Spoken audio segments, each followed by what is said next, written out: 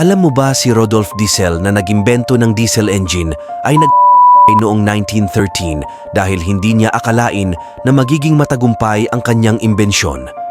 Ang pinakamahirap na presidente sa mundo.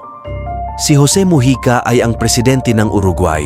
Nag-donate siya ng 90% ng kanyang sweldo para mapag-aral ang mga mahihirap na bata at siya naman ay nakatira lang sa isang maliit na bahay.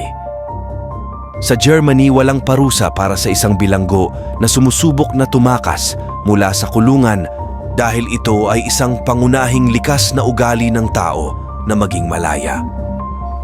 Noong 1939, ang pinakabatang tao na nanganak ay si Lina Medina, isang babaeng taga-Peru na nanganak ng isang lalaki sa edad na 5 taon at 7 buwan.